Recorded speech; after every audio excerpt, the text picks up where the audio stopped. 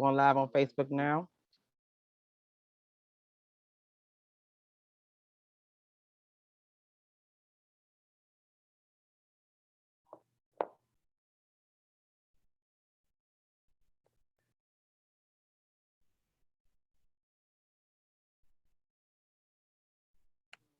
Welcome to the November 11th Camp Springs Virtual Community Meeting.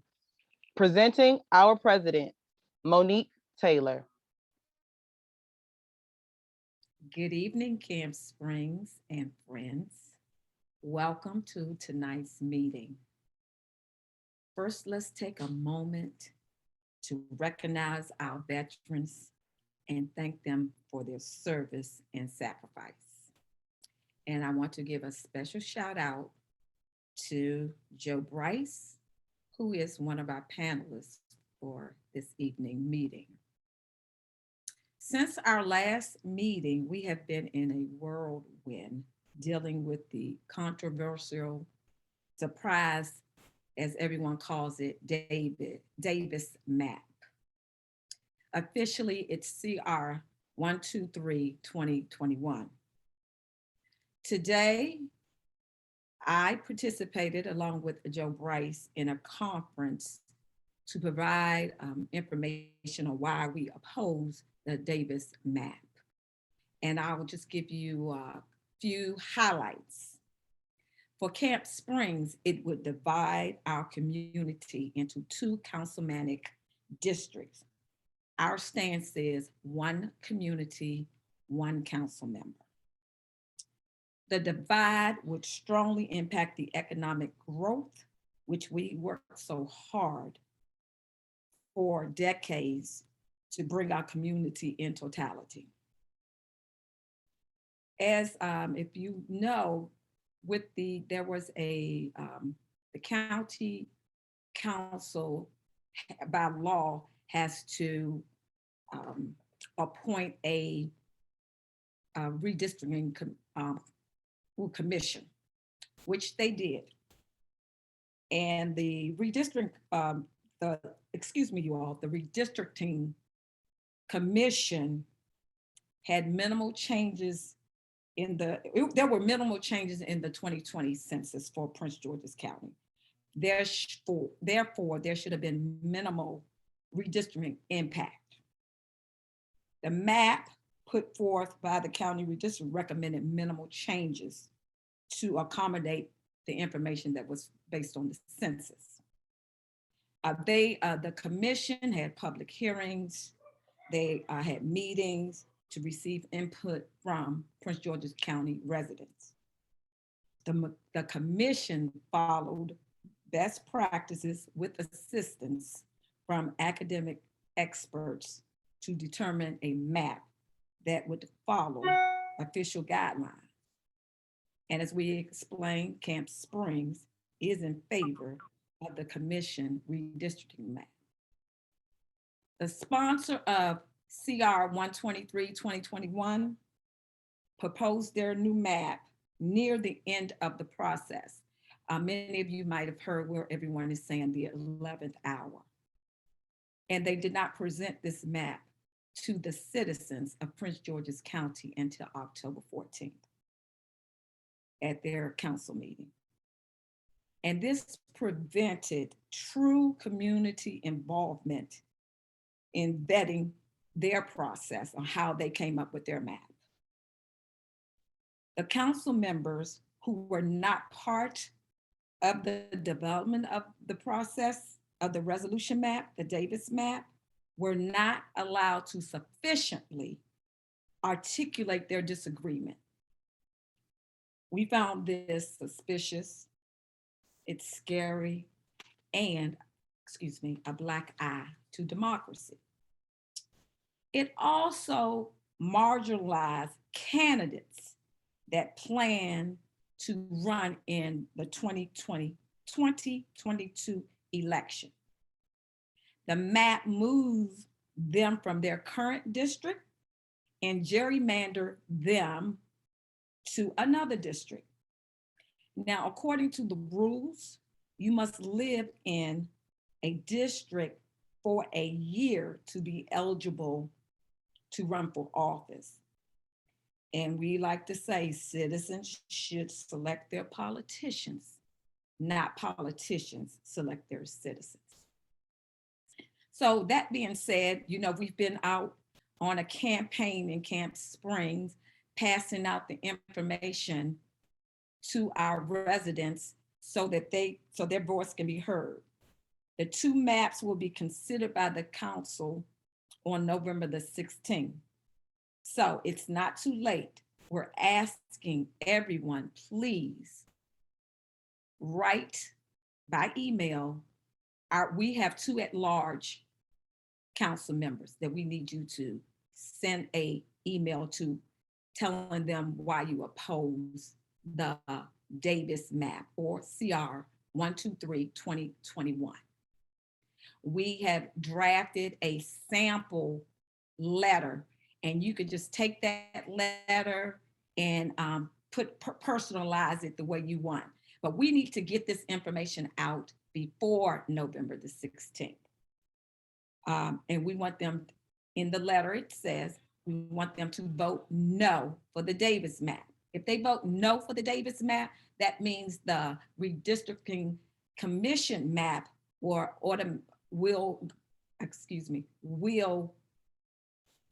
go forward.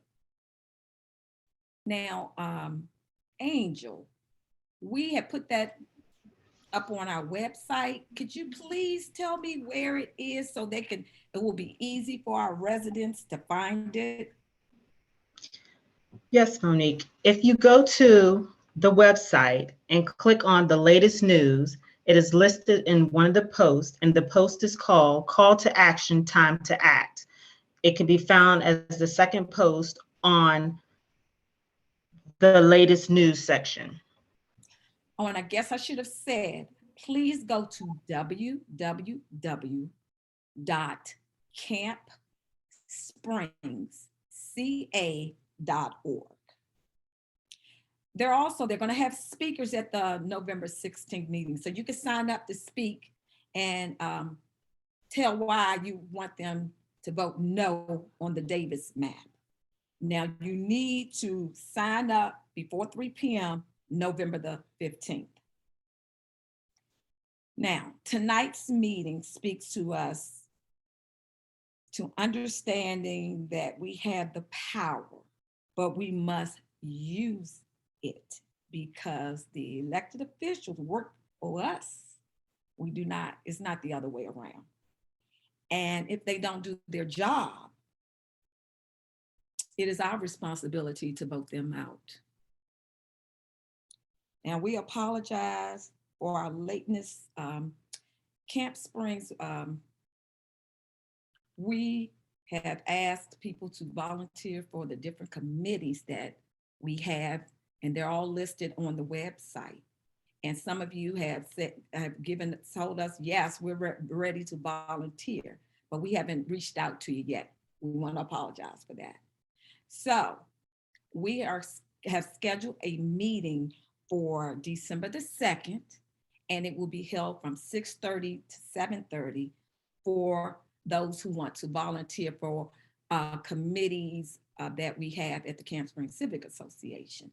And we want everyone to understand, we're not trying to make you just overly impose things to you. If we can get you to do one thing, that would help out so much. You might be able to just pass out flyers. You might be able to go and talk to our businesses about how we can help them and how they can better their facilities. So we will have this on the, those that we have emails who told us they're interested in volunteering, we will send you an email, but it's not too late if you have not signed up. It will be posted on the website for the link for this meeting. And as I always say, if your doctor says it's safe, please get vaccinated. Well, again, another action-packed agenda. Without further ado, Can Corporal Polnack give us his COPS report for District 5? I sure can. Good evening. The District 5, we had actually a pretty good month as far as the lack of crime. This is October 1st through October 31st. We had 2 commercial breaking and enterings. One of them was a Pepco site on Piscataway Road, and they stole some copper wire. The other one was a private business on the 6300 block of Old Branch Avenue, and they broke in there and stole some miscellaneous items, computer and some clothes and stuff like that. We had 1 stolen vehicle, and that was over on Lansing Drive. And we had 1 theft from auto. It was at a repair shop on Old Branch Avenue, and it was a catalytic converter theft. The catalytic converter thefts is probably the biggest increase that we've seen as a whole in the county. And they're stealing them while they're sitting in the parking lot, because people see somebody underneath the car and they think they're just working on it. But if you see something that looks suspicious and here's somebody under there with like a Sawzall or something, call the police and let us check them out, because they're doing them in broad daylight. Most of the time they do it at night, but they have been doing them in broad daylight. So that's all we had. Like I said, two breaking and enterings, 1 stolen vehicle, and 1 theft from auto in Frank 1B. Thank you, Corporal Polnack. Is there any questions for Corporal Polnack? Let us give about 6 seconds. There's a 6-second delay from our Facebook group. Okay. It does not seem so. Well, maybe Corporal Miller will give his report for District, Division 4. And And this, wait a minute, did I you say get us that? all in trouble saying gonna make us go to work saying district. Don't have it Division, all written up. I'm sorry, Division 5, Division 4. Take it away, Division 4, Corporal yeah. Miller. Good evening. Like she said, I'm Corporal Miller from Georgia County Police District 4, one of your COPS officers. Our report is basically just the same as District 5. If you look at what I'm doing is because on outside of Camp Springs, we don't have that much. But if you go look at the area of all, as he said, if you looking throughout the county, all of Prince George's County, the murder rate is 102 right now, if anybody's interested in that. If you go and look at in District 4 area, we've had a total to year to date of 18 murders in the District 4 area. Rates 13, robberies, we're up to 86 in our area. That's in the whole entire area. It's not in your area. We had 100 year to date. We've had 132 assaults in this area, and burglaries, we're up to 83. The biggest thing right now for us is theft from autos. We're at 517 theft from autos up from year to date. And just to give you a prime example, like Polnack said, one big thing is the Cadillac converters, but we're also noticing rim theft, car rims, if you got the stock rims, and a lot of people are still leaving what they think is not important, change, the holder for their cell phones for when they drive, and they're leaving that in that window. So when these guys are coming around checking cars, they just see this stuff and they figure it's something in there. You probably just put it up and hit, and they're still breaking their cars. So if you could spread it to the community to still remove items from their vehicles, and if you can secure it in your trunk, it's best to secure everything in your trunk, especially before you getting where you're supposed to be, especially at night. Don't leave anything. I don't care if it's a penny. Don't leave it in your cup holder. They're breaking in for anything these days. Another big thing is especially around the Branch Avenue area, if you're shopping in the gas station and you get out of your car, turn your car off, take your keys with you. We're especially in the Branch Avenue, up near the Nelda Road area, we're getting a lot of jump ins. People are going in the stores and the gas station and leaving their cars running. Please advise your members to turn off their cars and take their keys with them.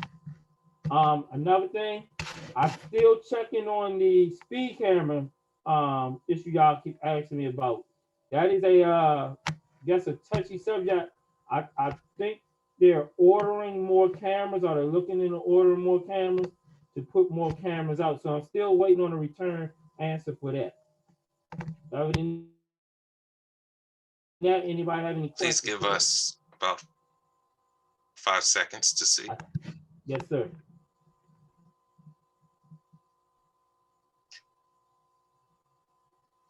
No questions. Thank you. Thank you, Corporal Paul. Oh, Lord Jesus. Miller. You're welcome.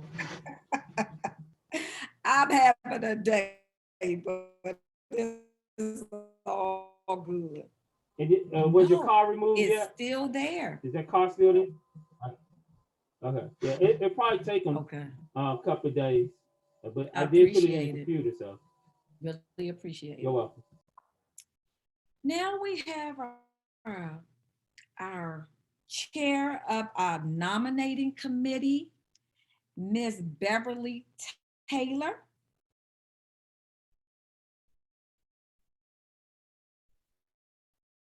Good evening, everyone. Good evening, Camp Springs. You've seen me around a lot, so I've been here a long time. Because we shifted around some duties, we have an opening on our executive board for the position of recording secretary.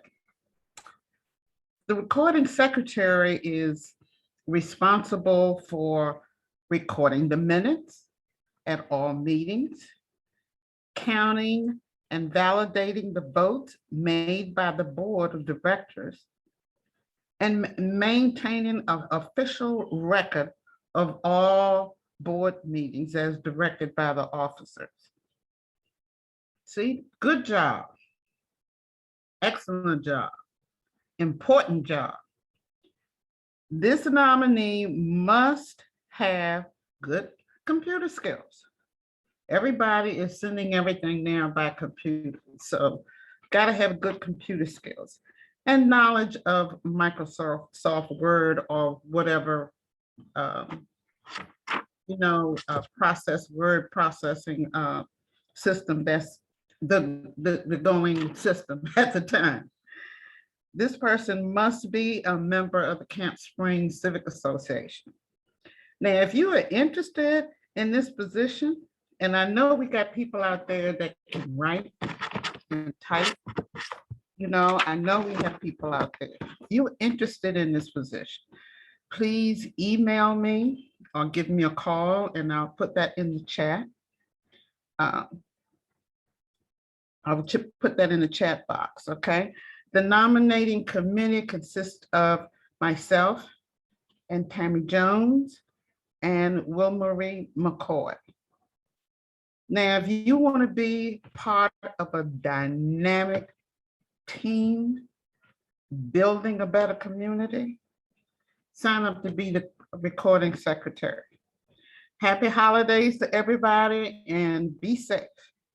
And by the way, this information is due to me by December 10th, because we want to start out 2022 with a full board, executive board, ready to keep going. They've been on a roller coaster since they got elected in May, but we would like to have a full board. So if you would like to do this, please give me a call. Okay, thank you. Thank you, Monique. Thank you, Ms. Bev. Welcome. Mallory.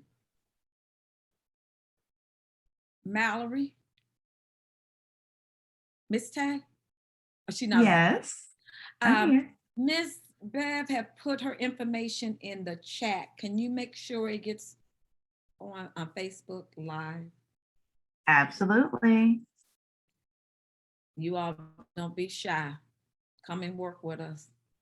We good people. And we try to do things for the community. So you come on out here and do your part. Thanks. I'm not sure. Is Terry Stakem, is she on this call?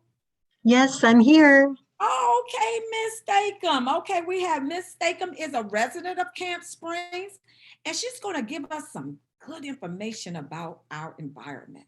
Take it away, Miss Stakem. Thank you, Miss Monique. Thank you and good evening. Thank you for inviting me. My husband, Kenneth Goldberg, and I are new members of the Civic Association. We've lived here for 31 years, but I'm sorry, we didn't realize we were actually in Camp Springs. The boundary runs right through our neighborhood. We thought we were in Friendly. But anyway, we're here. And thank you for inviting us. I'm also a member of the Prince George's County Sierra Club. And as such, we discuss environmental issues. So I just wanted to share a few of them very briefly with you. The first thing is the Prince George's County Climate Action Plan. As you might already know, this plan is in its final stages of being drafted and was just uploaded this week onto the government website. So it's there to be viewed. And the goal is to achieve a 50% reduction in carbon emissions by the year 2030. And it is a huge and thorough and detailed report. It extends to 250 plus pages and covers almost every environmental topic you can think of, from transitioning to solar energy, using electric vehicles, retaining our tree canopy, reducing flooding in the community, responding to climate emergencies, reducing waste, addressing environmental injustice, and many, many other things.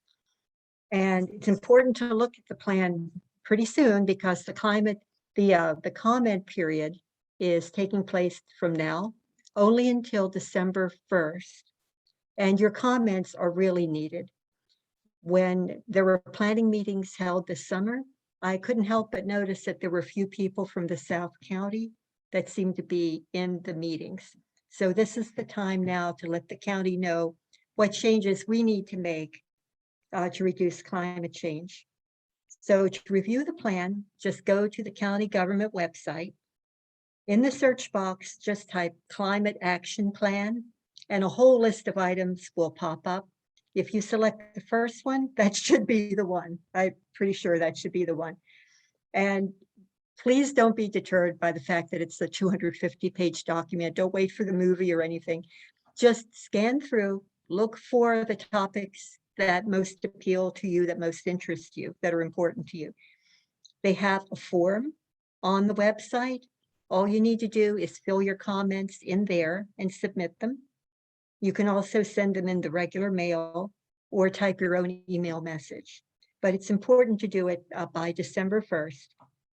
And if you would like to participate in a meeting, there are still a few that are going to be held on November 17th, which is a Wednesday. There will be an in-person meeting at Surrattsville High School from 6:30 to 8:30 p.m. That's the one closest to our area. And there will be 2 virtual meetings, Tuesday, November 23rd, and also November 30th on Zoom, 6:30 to 8:30. And that's on the county website too. So you just register there and you're in the meeting. So please let the county know what you think. It's important. And you're welcome. Oh, I'm sorry. Oh, you go ahead, finish. I'm sorry. You okay? Yeah, I don't want to talk too long. I just wanted to mention 2 other things that I think are important. Coming soon, like next year, will be a curbside food scrap recycling program. And the county has been trying to roll this out for years, but according to the Climate Action Plan, it's coming to all residents. And what will happen is the residents will be given a small secure container that you put in your food scraps, fruits, vegetables, coffee grounds, napkins, whatnot. And these will be picked up from the curb the same day as your yard waste. And why are we doing this? Well, when we toss our food scraps into the trash, they go to the landfill where they generate methane, which is a powerful greenhouse gas contributing to global warming. And this is really unnecessary because it's estimated that 30% of the waste at our county landfill could have been composted. And furthermore, we actually have in Prince George's County in Upper Marlboro, the largest food scrap recycling facility on the entire East Coast of the United States. So this program is just waiting for us to have the opportunity to participate. And there are many benefits. It reduces methane emissions. It'll conserve space in the landfill. It'll make more room in your trash can for other stuff. And the county produces a great product called Leaf Grow. It's a compost for your garden. So it's a terrific program. And we all look forward to participating. If you can't wait, you can start your own composting project in your backyard. If you go to the county's website, they even have a video there on how you can do it. So that's something to look forward to. Or at least I think so. And the last thing is on litter track. And some of you might already have heard about this. We have cleanups in the community from time to time, and some of us go around in between picking up stuff. The county has launched a special app called Litter, TRAK, which you download to your smartphone, and it records what you're picking up. You take a picture of your trashy area, and that gets uploaded too, and your phone's GPS records where you are. All of that information goes to the county, and they use that to report to the state of Maryland and to the EPA the volume of stuff being picked up. So it's a useful and handy tool, kind of fun, and it's something we can use in community cleanups and individual cleanups. But I will emphasize, don't use litter track to report illegal dumping and stuff you want them to pick up. For that, call the county 311 number to report illegal dumping. But otherwise, to report what you're picking up your own self, then you just use litter track. And this information is on the county's website in the environment page. And sometimes they even hold workshops on how to set it up on your phone. So that's all I have. Illegal dumping, as we know, is a problem in the county. And I will mention briefly, the county has formed a task force called the Environmental Crimes Unit. And it's to track down the perpetrators who are throwing mattresses and construction debris in our communities. And they also have surveillance cameras in certain neighborhoods where there are true dumping hotspots. So when you see dumping in the community, be sure that you report it so the county is aware that we're having a problem in a certain area. And that is all I have for the moment. And also I'll mention that the Zero Waste Work Team of the Sierra Club is looking for members. So if you're interested in the environment, you want to help out, they meet once a month on a Saturday via Zoom. And it's a great way to get more involved in the environment. And that's it. Thank you for inviting me. Ms. Stakem, that Yeah. was some very good information, but I'm gonna ask, can you please repeat the litter track info, you said there's Sure. an app. So, and say it a Mhm. little slow, some people probably gonna write this down because that Yeah. is like you picking up stuff, because I do it probably 3 to 4 times a week. Yeah, yeah, I can send it to them. That is awesome. yeah. It's all one word. It's litter, and then the letters TRAK, litter track, TRAK. And it's explained more fully on the county's Department of Environment website. So everything that you need to get started should be right there on that website. I'm going to tell you, thank you so much for that information. And I want you all to understand this is a prime example. As we said, Like when we're trying to get volunteers and some people saying I'm too busy, but we go back to, we're not trying to, we know that a lot of people are working. One thing, if you can do one thing, it will go a long way. So Ms. Stakem, again, thank you for coming on and reporting on the environment. You are welcome. My pleasure. So with that being said, Mr. Vice President, can you know, we still trying to get members. We still are open for membership. Yes, ma'am. Tell our community how they can become a member of the Camp Springs Civic Association. Yes. Arms are open wide. Come on, everyone. Yes, we need you guys. My name is Delonte Harrison. I'm the Vice President of Camp Springs Civic Association. I want to thank you. We need you guys to come out and be a part of the community. We're out there fighting for you guys. We want to represent Camp Springs to the best and the fullest of, that it has to offer. We want to make it better, but we need you guys to help us out. Just to do one thing, as the president said, one thing. If you can pass out a fly, we need you. If you can pick up one piece of trash, we need you. We need you to just do one thing to help us out, because the more people to get involved, the more easy it is for us to be a presence in the community, which is most important. That's how that's how we're able to let people know that we're out here. So just come join us at the website. Join us at the website. It's www.campspringsca.org. Please join us. We definitely need you guys to become a one community, so we can help. We can just help everyone, and so especially now that when our representative has moved on to a better position, it's up to us to maintain our community, and that's where the Camp Springs Civic Association comes in.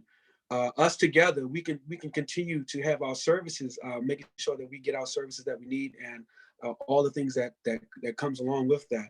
So please join us. Go to the website www.campspringsca.org. Join up, get on a committee, call us, talk to us, or something. We just need you. We need you. And go to the tab, join us.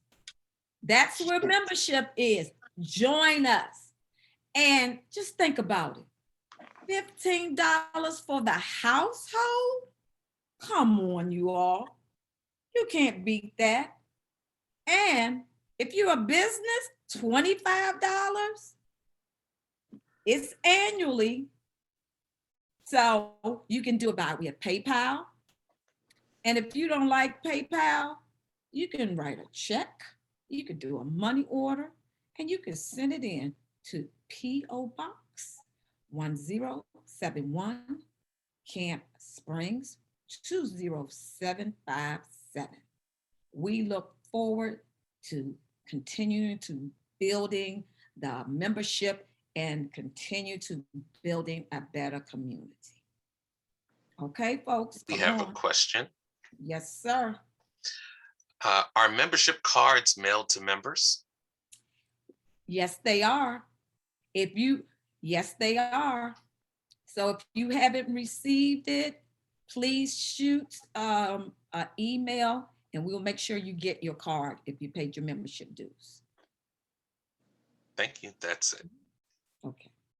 Thank you. Okay, Mr.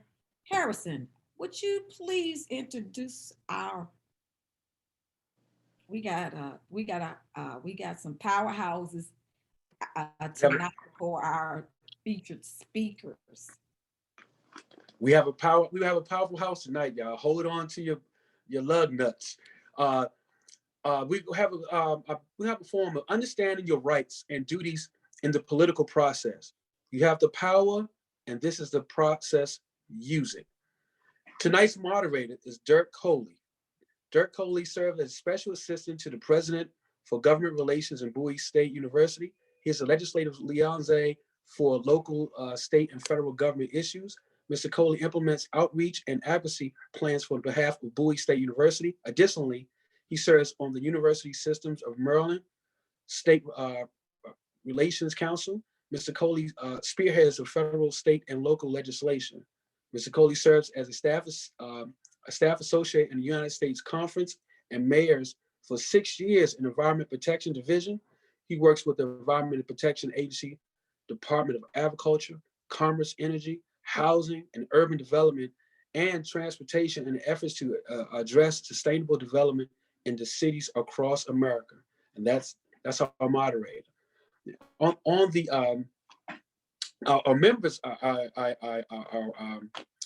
the rest is Miss Tamara Davis Brown.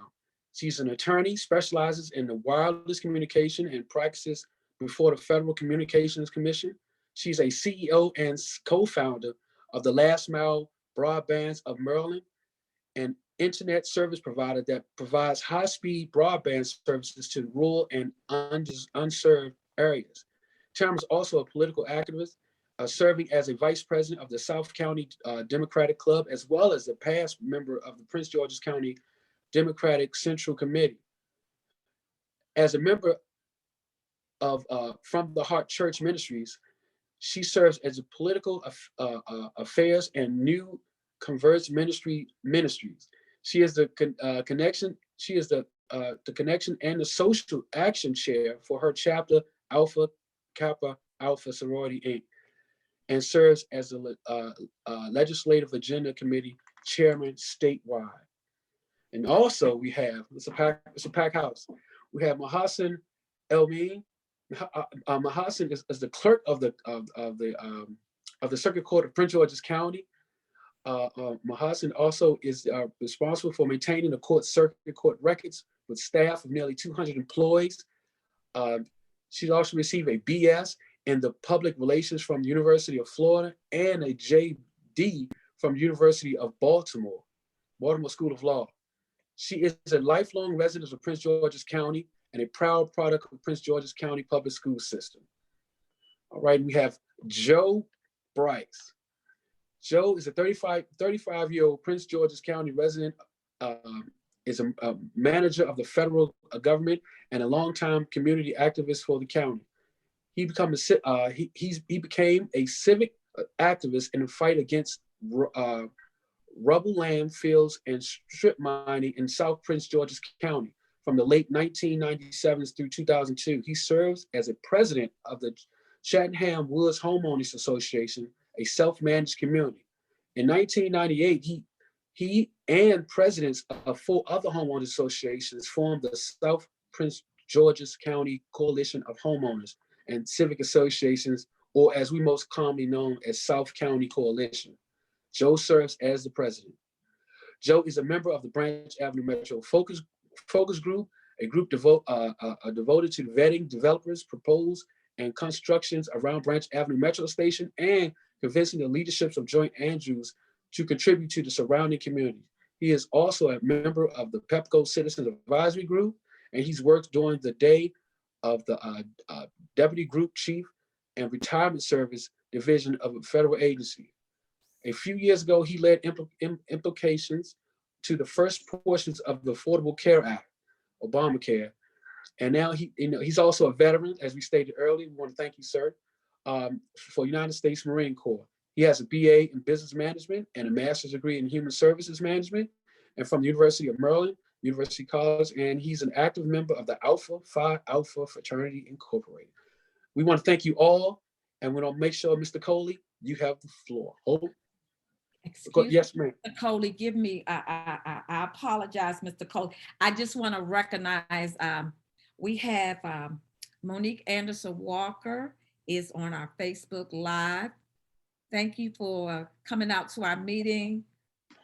We miss you, our former y'all gotta excuse me. I'm exhausted, but it's okay. But thank you for coming out to our meeting tonight, Ms. Anderson Walker. And we have Liz Chambers, who represent our Senator Obie Patterson and our delegate Veronica Turner, sorry. Okay, just wanted to recognize them. Yes, we want to thank you guys for attending our meetings. It's always open. You're always welcome. Your voice is needed. All right, Mr. Coley, you have the floor, sir. I left out one more person, I'm sorry. Oh, John all right. Richardson, the Democratic Central Committee. He's on our Zoom call with us.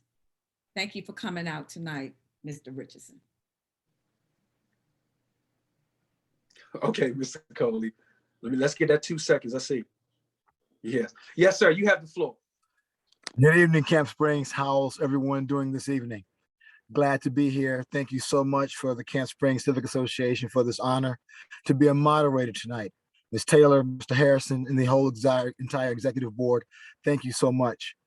Without further ado, I'd like to open the floor up in the same order, Mr. Harrison, you presented the speakers tonight on the panel to allow them to give opening remarks. We'll begin with Ms. Tamara Davis Brown.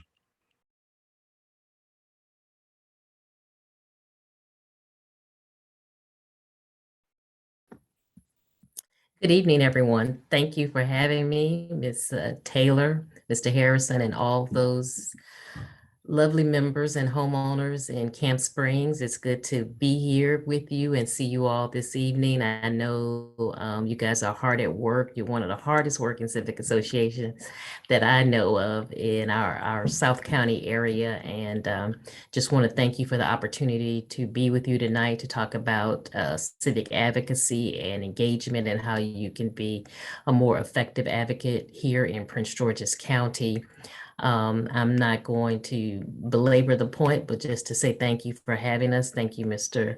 Coley, for also moderating tonight as well. I've worked with him on a number of community activism and advocacy matters. And so I'm looking forward to tonight's discussion, and hopefully it will be enlightening and some information that you can use as just regular residents and how to get things done and accomplished here in the county and for your community to help you improve your own quality of life. Thank you for having me. Ms. Davis Brown, thank you so much. And you hit the nail on the head, quality of life. Next, we will have opening remarks from the clerk of the court, Ms. Mahasin El-Amin. Welcome. Good evening. First, I would like to apologize for any background noise that you may hear. I had to make a pit stop at a hotel lobby in order to make it here on time. So I do apologize for that. I want to thank my beloved Camp Springs Civic Association for the invitation to speak on voter engagement, voter rights, and the importance of being a part of the process as a resident, as a citizen of Prince George's County in the state of Maryland. And I look forward to the dialogue and to the questions. I want to say that it's important for everyone to be engaged and to be involved. And as an elected official, I understand and I appreciate all of the citizens and the residents and their feedback and their open communication with my office. And to be a part of the process, to ask questions and hold your elected leaders accountable, and just to stay engaged in the importance of that. So I very much look forward to the conversation. And once again, thank you very much. Thank you so much, Clerk El-Amin. You know, you mentioned engagement, and that is a key word for tonight's program. One person left, none other than Mr. Joe Bryce, who has been on the battlefield laboring for years now with respect to community engagement in South County. Mr. Bryce, the floor is yours, sir.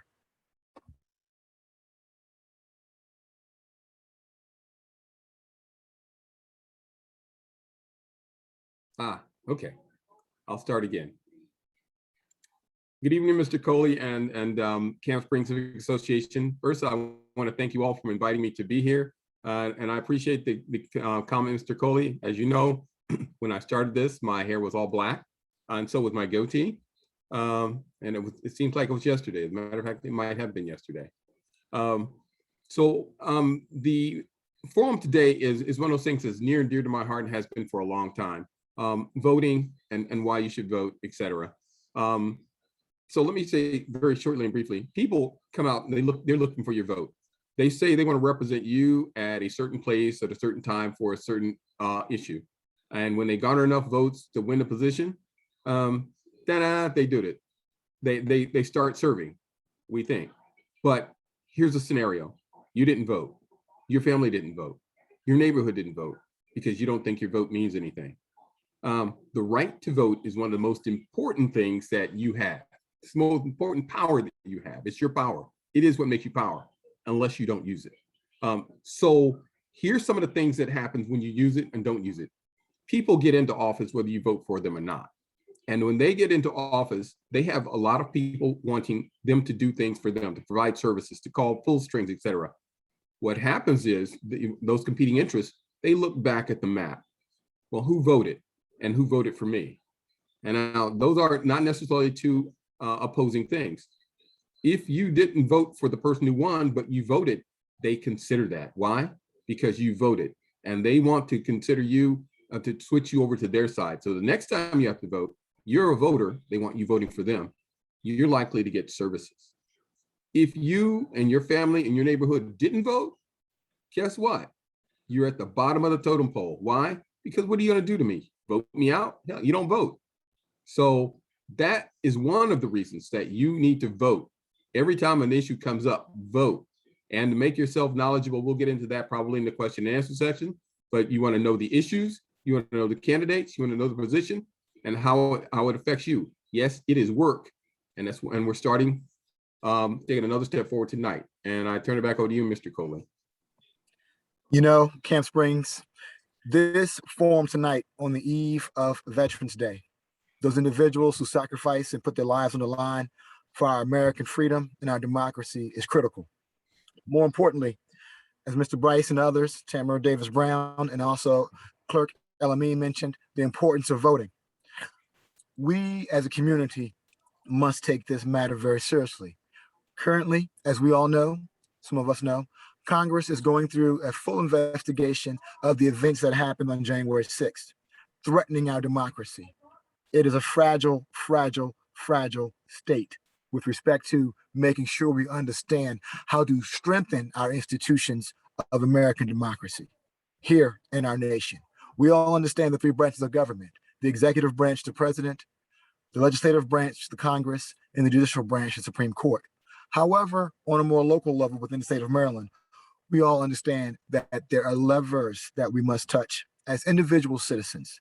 As Dr. King once said in Operation One Man, One Vote, those principles are critical to making sure those numbers are important and they matter. I'd like to begin, panelists, with a question. And citizens, please feel free tonight on Facebook Live to send in your questions as well. We'll pause and try to answer your questions as well. I'd like to begin with a question tonight. Explain why it is important to know who represents you in your local affairs as well as within the state and also Congress. I'll begin in the same order with Ms. Tamara Davis Brown. Thank you. Thank you for that question, and that's a very important question to start our discussion tonight. It's important to know who is representing you because they are your voice in government.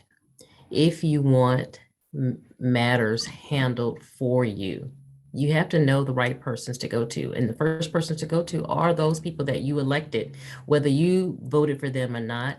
They still represent you. They still represent your interests. They still represent your community at large. And that goes from the federal level, whether it's our 2 U.S. senators here in Maryland. We have Chris Van Hollen and Ben Cardin are our 2 representatives, as well as our House of Representatives. Those persons, Camp Springs, I believe you guys are in Congressional District 4, which is Anthony Brown. I live in Clinton, Maryland, so I'm a little bit further south than you are. So I'm in Congressional District 5, which is Steny Hoyer, who also happens to be Majority Leader. And the reason that I mentioned his post in Congress, it's a very powerful post, meaning that not only does he have access to an important job in Congress, the president relies on him to help get votes passed on very important congressional legislation. His agenda, for example, we know that Congress just passed the infrastructure bill. That particular bill is going to bring millions of dollars back to Maryland, including broadband. You heard in the bio read by Mr. Harrison. That's very important to me in my business, and us trying to make sure that we close that digital divide, not just in underserved community, in rural areas, but underserved communities. Believe it or not, there are people that live right here in Camp Springs, that live in Suitland, that live in Temple Hills, that because of costs don't have access to the internet. So it's important for just our everyday lives of how we, again, and the key term for me tonight is quality of life. What type of quality of life would you like to have? And your representatives at the federal level, at the state level, we heard mentioned that our representative from Senator Opie Patterson, who represents you, Veronica Turner, who represents you, also Jay Walker, as well as Chris Valderrama in District 26. All of those persons are important to help us in our quality of life. I think when I think of Chris Valderrama, she's been very instrumental in helping us trying to curb some of the accidents that are occurring on our major roadways, particularly 210. And again, we just experienced, unfortunately, another pedestrian death on that highway. And so regardless of what your interest is, I heard Ms. Stakem talk about, just not only climate change in the environment, but, being able to have access. I've been wanting to compost for the longest, and because I'm a big environmentalist as well. So I appreciate the presentation that Ms. Stakem gave this evening. But I do like the fact that the county is taking efforts to reduce that methane gas that's gonna also affect our climate by having just the local pickup once a week for our food scraps, just little things like that. So if you have an issue or problem, you just want to be able to know who to call, who to pick up the phone and to call and get a response of what you need. I think I heard Madam President, Ms. Taylor, asked the corporal, or he reminded her, asked her, is the car still there? So apparently she knew to pick who to call, to pick up the phone, to handle whatever situation she had concerning her vehicle. And in order to get a response, you have to know who to call and who that serves you. Your tax dollars, regardless of whether you use them or not, guess what? Your tax dollars are paying for that service.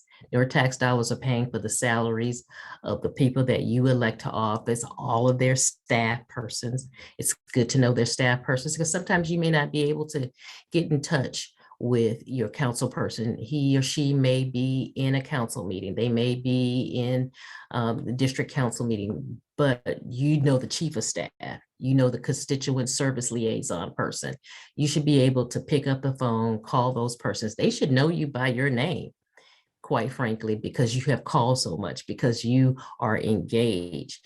It's important for our quality of life to be able to call on our representatives, know who they are, and they should know you by name as an important voter, as a person who is an advocate in your own right, whether it's just your street, just your block. You are important, you matter, and it matters what your quality of life is and what you would like to see happen in your community. You should be dictating those terms to your local representatives, whether that's at the federal level, whether that's at the state level, as well as the county level. And I'll stop there because I know we've got limited time, but thank you.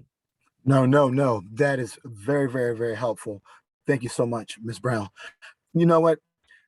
Clerk Mahasa Amin, in your role in the judiciary branch of our local government in the court system, oftentimes a lot of residents do not connect the dots as with respect to how important you are as the clerk of our court. Can you shed light on your role in the judiciary system, but most importantly, the effectiveness in terms of knowing how the courts function, and to Ms. Davis Brown's point, who to call and who to contact? The floor is yours, ma'am. Thank you. Thank you very much. I think that through COVID-19, when we were pretty much in lockdown or shutdown, my office, the clerk of circuit court's office was open. We never left. We are responsible for maintaining the courthouse records. We're responsible for processing all the cases that come through the circuit court. I think that as it pertains to the Camp Springs Civic Association, all your deeds are recorded in my office. And there was no shortage of property transactions during COVID. Actually increased in land acquisition. So it's really important for office to maintain those records. So your deeds, also marriage license, marriage certificates, that's my office as well.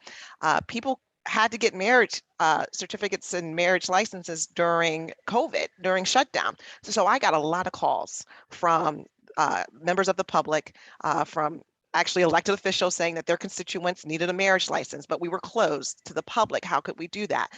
So we implemented a mail-in system. So you can get your marriage license by mail. Can't do it anymore by mail. You have to come in and see me. Divorce decrees, guardianships, that's all through my office. Jury duty, that's my office. Miss Taylor was in my office when she came in, and she had jury duty. So any of those questions, they come to me, and I'm available, and I believe that no politician, no elected official is untouchable. Maybe the president of the United States, but absent that, it is important to get to know, as Ms. Davis Brown said, to get to know your elected officials, and not get to know them when you need them, to get to know them as they're representing you. They're one person representing thousands and sometimes millions of people. And so sometimes our ideas vary, sometimes our goals differ. And so they can't always give us what we want. But when you need them for important things, you want to be able to say, I can depend on my relationship, and at least know that they're listening to me, at least know that they respect my opinion enough to give me an honest answer. You may not like the answer, but at least they can give it to you because you have a relationship, and that takes work. As a resident and as a citizen of Prince George's County, of Maryland, and the United States, you need to stay engaged. You need to hold your elected officials accountable and responsible for their decisions, but you have to show up to their meetings. You have to know how they voted. You have to know history, and that takes work. It goes both ways. We have to actually tell them what we want and then understand why they're doing certain things. I'll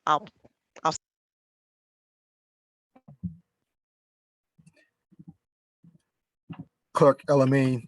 And Mr. Bryce, I'm coming right to you. I want to double back and ask the Clerk Elamine to expound on this issue with respect to her office in terms of the importance of jury duty, because a lot of us are watching the national news with bated breath as relates to Cal Rittenhouse and the selection of his jury, but also, more importantly, the jury of Ahmaud Arbery in Georgia as well.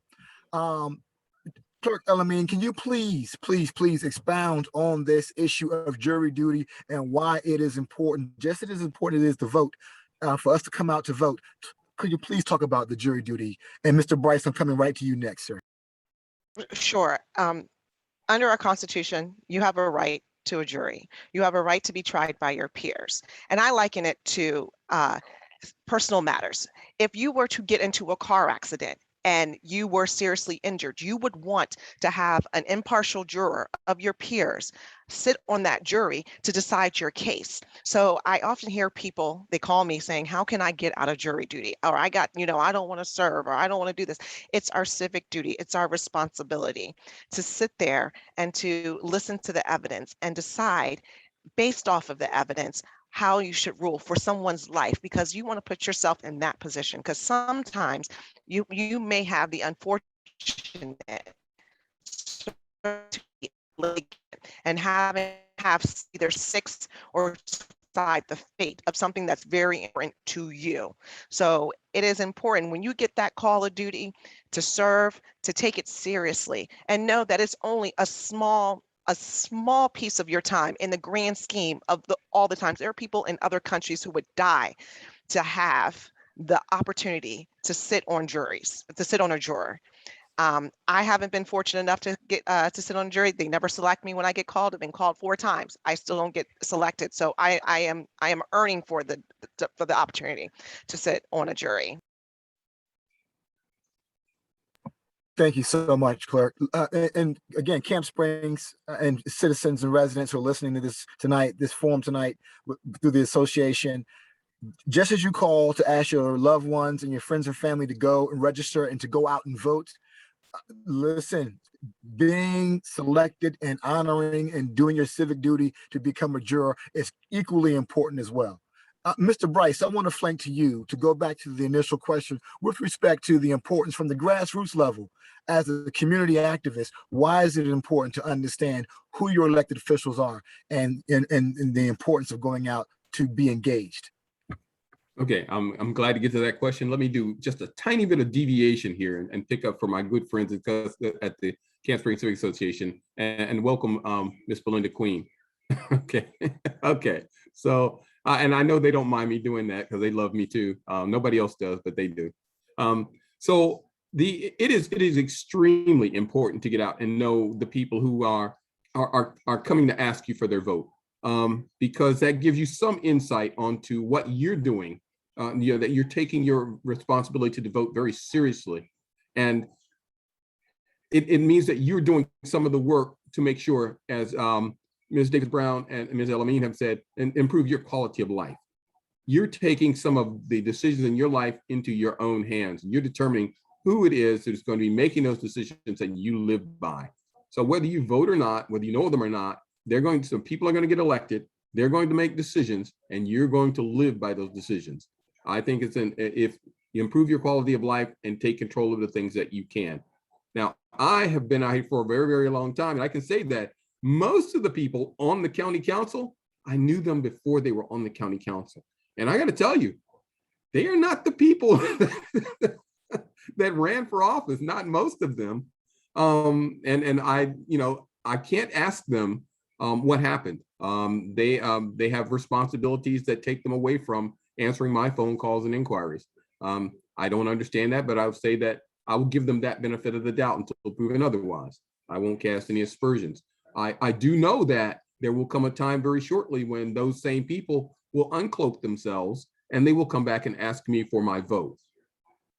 I will have to do an evaluation and assessment to have they earned my vote. I'll need to look back over on the votes they took. Were those votes in my best interest? Or even if it wasn't in my best interest, was it in the best interest of the broader scheme? Was it in the best interest of the community, or the county, or the state? Was there some bigger, larger picture than I? Yes, I may not be happy with their vote or their decision. Did they come and explain it to me, or did they stand before the people and explain it to me? Yes, I understand this is what you want, but this is how I'm voting because I've listened to the information, I've waited, and then this is the way I'm going to go. And yes, I hope that you can understand why I'm not going in this direction.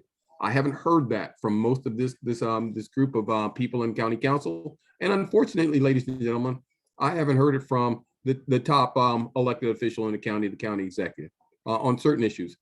She hasn't weighed in on the big hot issues of the day, being either the school board or the redistricting. So we had what we thought were some good people, and I'm quite sure they started off with the best of intentions. And we all know when you get higher up, there are compromises to be made to get business done. I'm really disappointed that some of those compromises include disassociating yourselves from the people who elected you. We shall see if it remains a constant. It is important. If it hasn't been important before in your life, ladies and gentlemen, it is important now to look at the votes that have been taken, the issues that have arisen, and the people where they are and how they have reached out to you. Because very soon your mailboxes, your television, and then yes, your doorknob, your doorstep will be covered with people and paraphernalia seeking that important vote.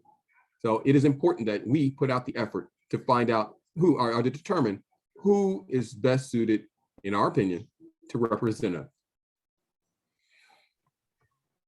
Mr. Bryce, thank you so much. Ms. Davis Brown, right now in our country, a lot of individuals are becoming more aware of what we call midterm elections. Can you expound on that, Ms. Davis Brown, with respect to why midterm elections are so? Sure. So midterm elections are the elections that are held with on the second year. So the president serves a four-year term, and if he or she is reelected, they would obviously get a second four-year term.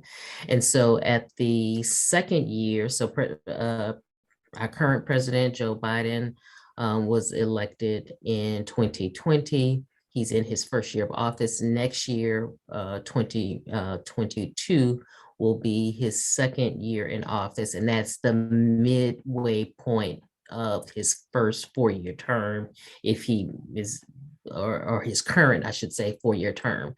And so the midterm elections are the elections that occur nationwide, because Congress, if you know from your old civics exams and class, that Congress, particularly the House of Representatives, they have to run every 2 years. So you have congressional elections every 2 years, and generally many of your states, Virginia is a little different. There's a couple of other states, New Jersey, there's a couple of states that have elections in the off year. So that's why in Virginia, they had their gubernatorial election this year.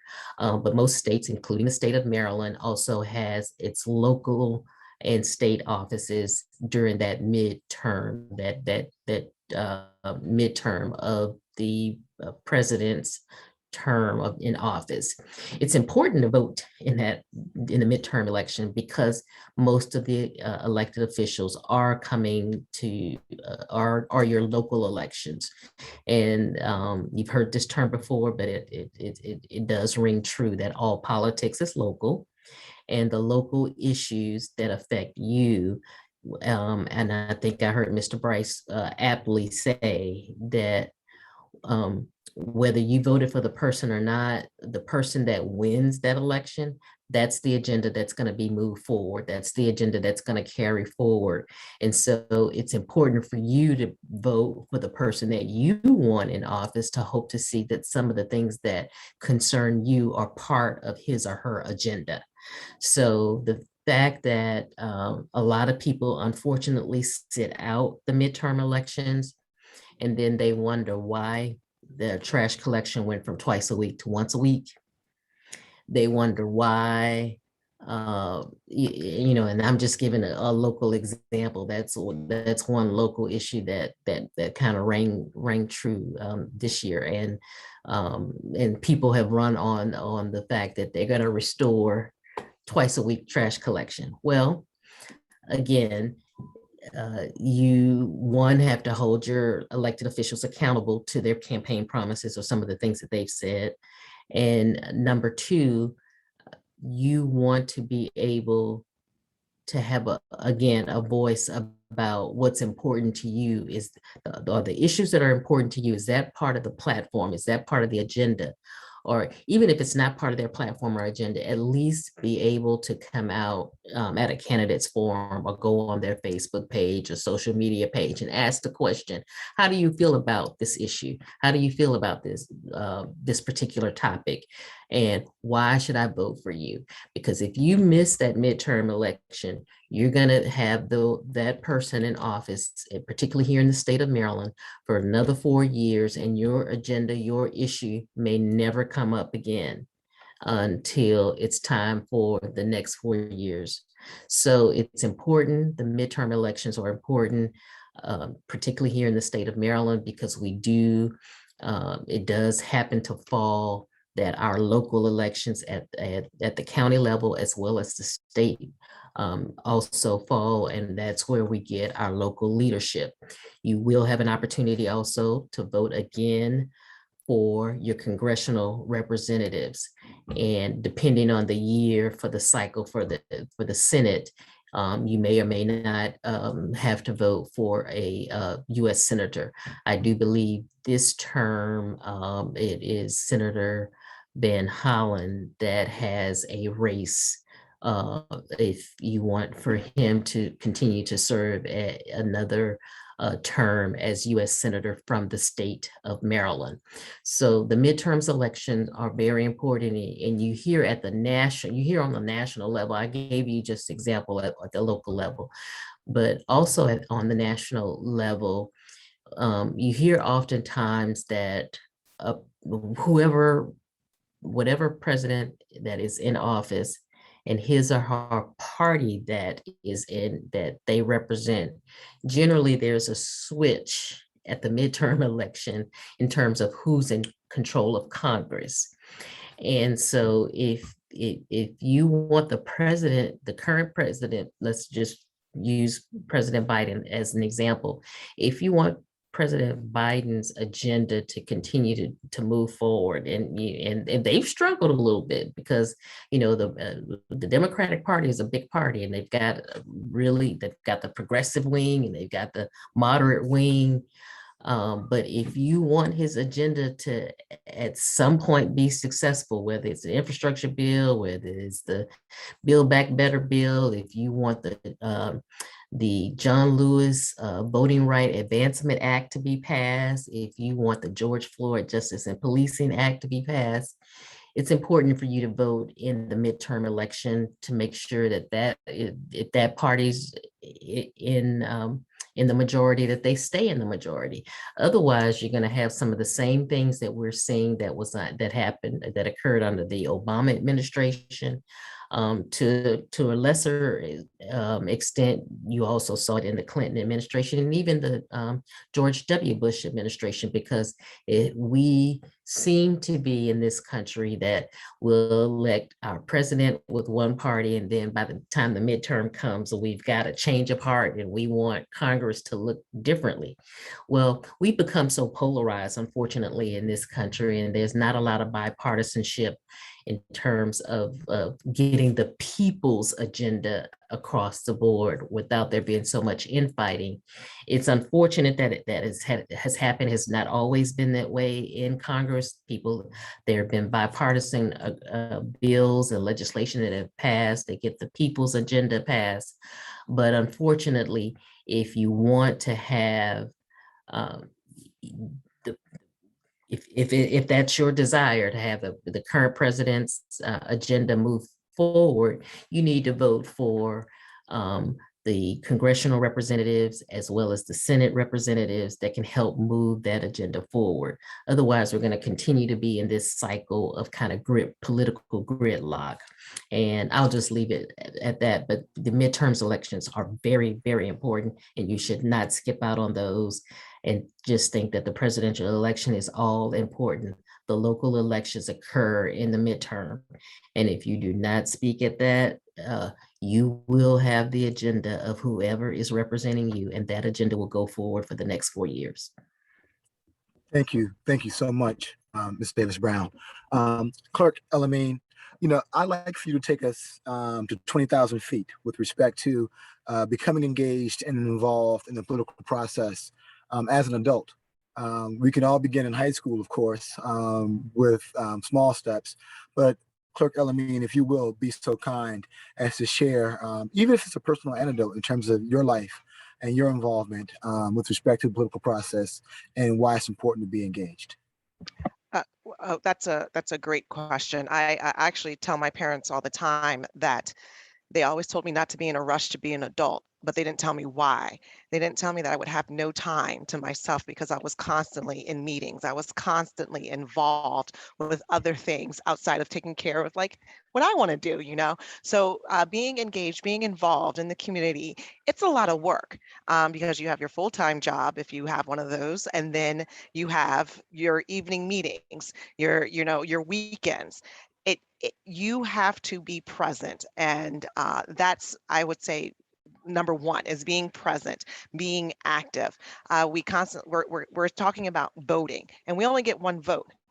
and our voice is only, so loud, but we are louder collectively. So we talk about how we have one representative, or like for county council, we have, a councilmanic District 8. In this case, that's one person. There's a council of 11. And so they have to be able to make compromises and work together in order to move things forward. So being part of organizations, being part of things like the Camp Springs Civic Association, that's a large breadth of voters, and we might live in separate districts, but we can have other people who are representing what we want collectively across the board. So it's really important to be involved in not just what's going on in your world, but what's going on in the organization. So that's number one. I would also say it's important to do your own research. Everyone has an opinion. My opinion differs from a lot of people. And so when someone asks me about a candidate or another elected official, I can give them my opinion, but they have to take it upon themselves to do their own research. So they can have their unbiased opinion. Because even though I say my opinion is unbiased, it's based off of my interaction, my relationship, everything that's going on in my life. And so it's really important to not just listen to what you're hearing on the news media, not just listening to what is being reported, not to see what's just on Facebook or comments and things like that. It's to do your own research. Ask those hard questions of your elected officials. If someone's not returning your call, go to one of their events and ask them what's going on. And when they come and knock on your door, answer the door. I constantly, when I have to go door knock, people don't answer their door. When I call, they're not answering their phones. But when they see me at the polls, they'll say, "No one ever called me. No one ever came to my door." Yes, we did. You just didn't want to answer. You didn't answer your phone. You didn't want to hear what we had to say because of whatever reason. That's okay. But it's so important just to be part of the process. Don't expect the stuff to come to you all the time. That's another thing. Like, we want everything to come to us. We want we want someone to tell us what to do. We can't do that.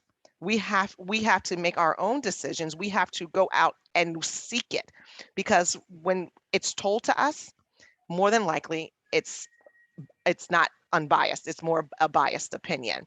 So staying involved, staying knowledgeable, being educated. I will admit, when you go to the voting booth, there's a whole lot of items on there. And I can tell you, being the clerk, being what we call down ballot, I'm down ballot. Okay, no one, when it stops at the president or stops at sometimes the senator council, and everyone's like, well, who do I vote for? Who's this person? You should know all of the people that you're voting for, even the judges that are appointed. Okay, you want to know who's going to be there to decide your case. Like I said, if in the event that you have that car accident, or you have the unfortunate matter of having a criminal case, you want to know that that person, that judge, is qualified to serve as a judge. So the school board member, everything, even the ballot questions, whether we have a casino, whether we not have a casino, all those questions, you have to know how that's going to impact your life, and not just your life, but your community, your relatives, and all that other and everything, and how it's all interconnected. So I will leave it at that. No. That is very informative with respect to the importance of why you should be engaged in the actual process. Mr. Bryce, I want to speak with you and ask you, could you please expound on the phrase "power to the people"? Well, power to the people to me is sort of a misnomer. I like the power of the people. But if we're going to go power to the people, that's where all of the power should go to. Power to the people. And I say power to the people so that elected officials recognize that's where all of the power go to. Yes, you may have some stroke, you may have some people, etc., but the power that you get should go to the people. It should go to deliver to your constituencies, etc. And whether they voted for you or not, it is in the best interest of that constituency. You're moving forward a process, some ideas, an agenda that improves the life of every person that you touch. Once again, you represent all of them. So power of the people, that four-letter word, that's not vulgar, it lets to some people, vote. Vote. I mean, that's the biggest lever, the biggest hammer you have. That is really the power to the people, power of the people. If you vote, you will get power. It comes to you. I guarantee you that your elected official will deliver if you vote, if they can.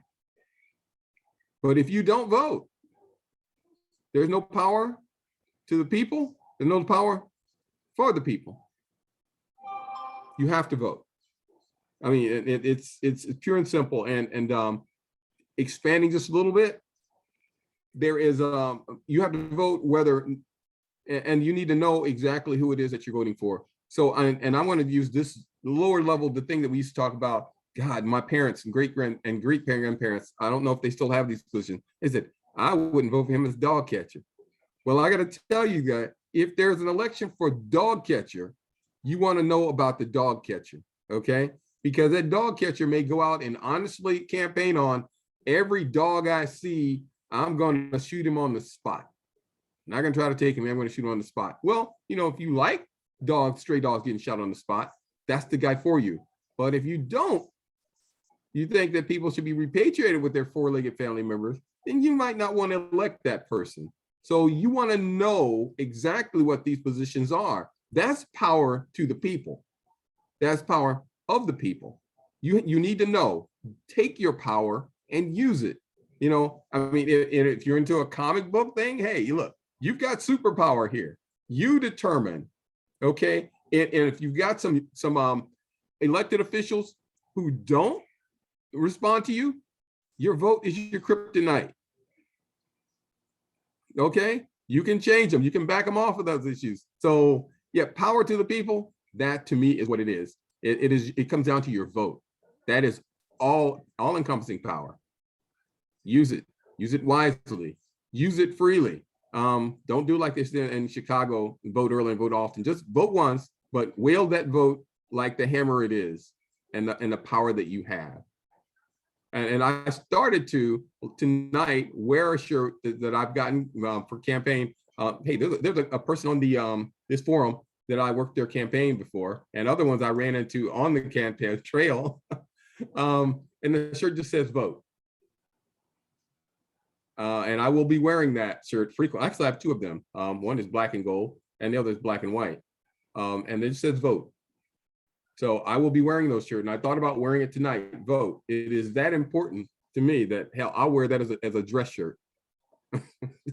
Okay, so that is my response. Thank you. No, Mr. Bryce, and you know, understanding the fraternity you're a member of, Alpha Phi Alpha, Dr. King, he met the assassin's bullet in Memphis with respect to the right to vote and the sanitation worker strike and everything else he was involved in. I am a man, one vote. So I understand how important that T-shirt is to you with respect to the legacy of Dr. King and others, John Lewis, and throughout the civil rights movement. Camp Springs Executive Board, keep me on track here in terms of time. You know, I can talk all night. I have some marathon runners on this panel with me tonight. Tamara Davis Brown, Clerk Elamine, she may have the pearls on up top, but if she put her feet up, she may have some running shoes on. We all know this about her, right? And Joe Bryce, he's been out here a long time running. So keep us on target, please, Camp Springs Executive Board. We can go all night. I know, and I mean, the information is very important, and we are so thankful that we got these powerful speakers tonight. But we have about 20 more minutes, and then I think we can wrap it up by then. I think we're on target. I just want to make sure, but I think we're on target.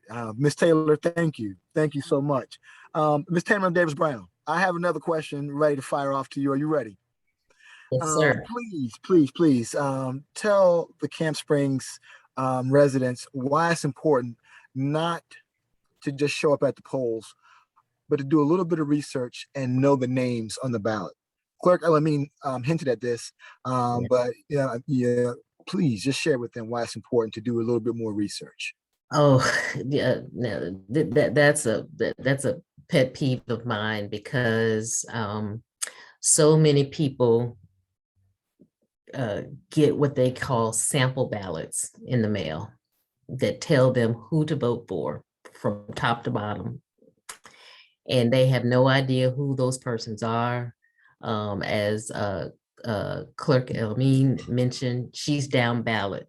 They don't know what the clerk of the court does. They don't know what the register of wills responsibility is. They don't know, well, they may know what the sheriff, but because we have both a Prince George's County Police Department and a sheriff's department, they may not specifically know what the sheriff department does versus the police department, and it's very distinct.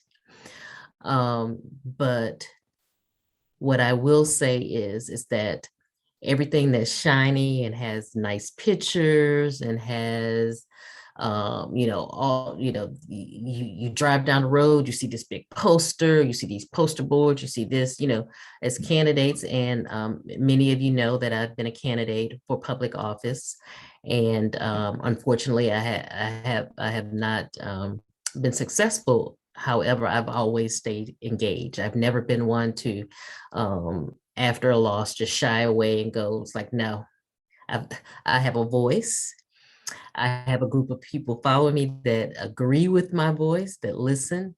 And so what's important when you go to the polls, or actually before you go to the polls, when you start getting mail, candidate stuff in the mail or at your door, whatever, go to their website, see who they are, see what they represent. But more importantly, if there's opportunity for a candidates forum, as our clerk mentioned, go to those forums and participate. If they have an event, go. If you didn't get your question answered at a previous event, or you didn't get to get an opportunity to attend, go to some of their campaign functions and ask some of the tough questions, hold them accountable, particularly people that are running for re-election. You should know their record. There, you can go onto the county council's website, you can go on the state website and pull up any bill. You can just do a generic search sometimes, pull up any search word and pull up a generic bill. You can find out how each person voted on a particular bill. And there's actually a good site. I know the League of Women Voters does this. There's another organization, the name is escaping me right now, that actually does a scorecard, particularly at the congressional level, but they also do it at the state level for some big important issues, whether it's climate change, whether it's I know a lot of environmental things, education, so forth, that they do a actual political report card that talks about how those local officials, federal officials actually voted. So I would highly recommend that you do your research and not just depend on sample ballots to tell you how to vote, because sometimes the sample ballots are inaccurate. And I like to give one prime example. There was a sample ballot and it's for my party. You've read my resume, Democratic Party, that came out to say how to vote, in fact, for judges. And the way that it was written, it was very misleading. It was misleading to the effect that you probably thought that one of the judges was of the Democratic Party, when in fact he was not. And not only was it misleading, it had inaccurate legal information that said that judges in the state of Maryland are nonpartisan races, when in fact the highest court in the state of Maryland, the Maryland Court of Appeals, we call our highest court the Maryland Court of Appeals, actually said and actually voted in a case that judges' races are actually indeed partisan. And so it not only was misleading, it had inaccurate legal information on it. So you can't always rely on all that glitter and gold and what's coming to you week after week. They'll send it, saying the name, and then you go to the polls and you follow without doing any research. And then we wonder why things have not changed, why there are issues that we're still grappling with, because you continue to elect the same people over and over, or the people that have been chosen by our political establishment, and they continue the same process of the same type of government that is delivered to us, unfortunately. So again, that's a pet peeve of mine. I implore you to do your research on the candidates. And if there's not a lot of information out there, that may be an indication that that person may not be the person that you want to. If you can't find out any information, if you can't pick up the phone, if you can't go to their website, if you can't go to an event, there are people sometimes placed on the ballot just to distract from other good candidates. They never put out a sign. They just went and filed. They never put out a sign. They never showed up at a political candidates forum or event. And they were actually just paid under the table just to put their name on the ballot, to be a distraction to the voters, because voters have a tendency, when they don't know who to vote for, they vote for the first person on the ballot and just keep it on. That is not a way to vote. Mr. Bryce said vote, but I'm telling you to vote smart and vote educated. Know who these people are that are running. Make it a point to do your research. Make it a point to go to their website. Make it a point to call if there's not some information. Everybody that files for office, they have to put an address and they have to put a phone number. If they're not answering the phone, if they're not answering the mail, they're not answering the email, 9 times out of 10, they're probably a straw candidate put there to distract you. So if you can't find out any information, don't vote just because it's there. Don't vote because it's just the first name. Vote for people that you know that are consistent in working, consistent in coming out, consistent in helping you with your issue, whether they are an elected official or not. People call on me all the time to help them with a community issue. And I'm not an elected official, but because I love my county so much, because I love my community so much, I go out of my way to help, to try to provide information. I use my legal skills because I understand legalese, and I try to break things down so that it's not so confusing to the average person. And you want to be able to understand what your legislators, whether it's local, state, or federal, are doing as your representative, because many of them they'll put it in language that is clearly not understandable, clearly in legalese. And I try to help you break that down so that you understand exactly what is being asked, what exactly is being legislated, what exactly and how it affects you. And so do your homework. Don't just accept anything, any direction that anybody gives you to tell you to vote a certain way or for a certain person, and you've not done your research on that person. Thank you. No, oh, thank you, Ms. Davis Brown. We've talked about the federal level. We've talked about the county level. Clerk Elamine, if you'll be so kind, we received a question with respect to the Maryland General Assembly. Could you shed a little bit of light on with respect to the importance of the Maryland General Assembly and our state senators and delegates and what their responsibilities are and so forth? Okay, well, Maryland is Maryland is a big, small state. There are a lot of people in the state of Maryland, and the legislators, they're responsible for things like our new redistricting with our new census that are coming out. And that's on the federal side. So our congressional map, they're responsible for deciding who gets what money, what agency gets what money. They approve the budget. Okay. As a county, we have our own budget, but the state, we get state dollars for that. And that's really important in terms of the laws, like things like sports betting, that is coming from our legislators. So when they're in session for the 3 months out of the year, I believe it's 3 months, I'm sorry. It's 3 months, right? 3 months. Yeah. When they're in office 3 months out of the year, they're making decisions on how we run as a state, not just necessarily, they'll make county states, or they'll make laws specific to certain counties or statutes, but it's things like expungements that come from the state level. And we all have our senators and we all have delegates. So they're, like I said before, they're not untouchable. You should be able to call their office. You should be able to see them in public, run into them, and express to them what you want to see in your area, but also understand that a campaign promise, it's just, it's a thought, it's what they think they can do.